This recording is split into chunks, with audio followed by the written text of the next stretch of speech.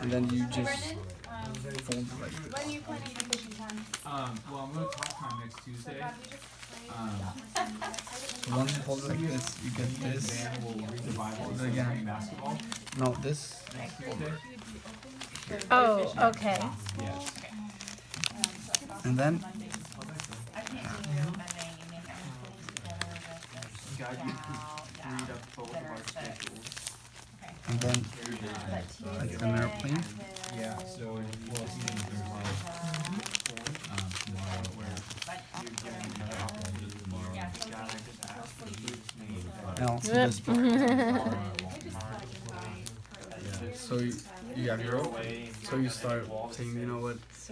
Human beings have always tried to go to heaven. And 100 years ago, they built an airplane and they went to the cloud. But that wasn't enough. Like 40 years ago, and then you start ripping like from here the line. Just go like with the line.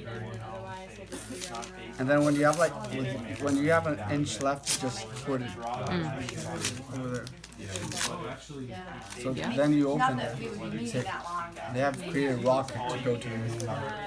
That wasn't enough, so you tear the last part, and then you put your thumb here, and you explain that God, that sin.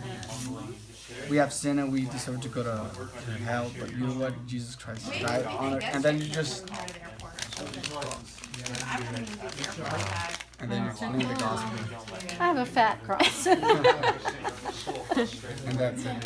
Thank you for sharing that. One thing I've noticed, like from the Way of the Master, that like can be improved or augmented, is we talk about he died for our sins and rose again, but not just Way of the Master, but almost every gospel, a lot of them, we leave out he was buried.